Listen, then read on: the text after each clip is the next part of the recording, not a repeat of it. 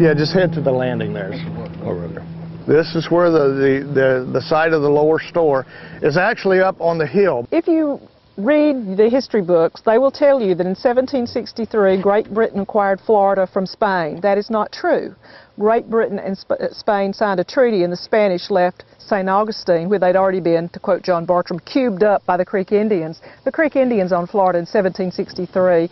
This was recognized by the British at Fort Picolata at a Congress of 1765 that the Bartrams attended, the St. John's being the boundary line. The Creeks donate the eastern part of Florida to the British because they need trade partners, and in fact the Creek Indians were able to conquer the native peoples of Florida because of British guns they had obtained through trade.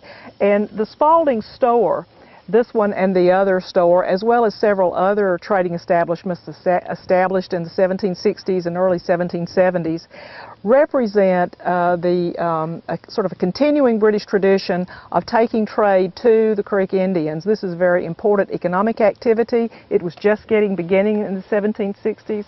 It ends with the American Revolution. But this was a very good location on the it represented a good trade path from St. Augustine into central Florida, where the Creeks were colonizing around what's now Gainesville and so forth.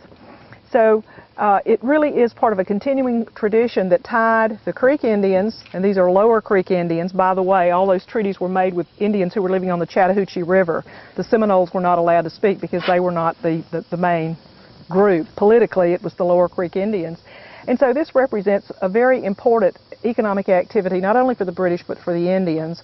The trade mainly of guns, but cloth and a variety of goods, beads, all these kinds of things, really essential to the lifestyle of native peoples in the day, and very important economically for both the British and the Creeks, who were by the 1760s, thanks to their long-standing alliance with British and their access to very well-made trade goods, were the richest and most feared Indian nation in the southeast.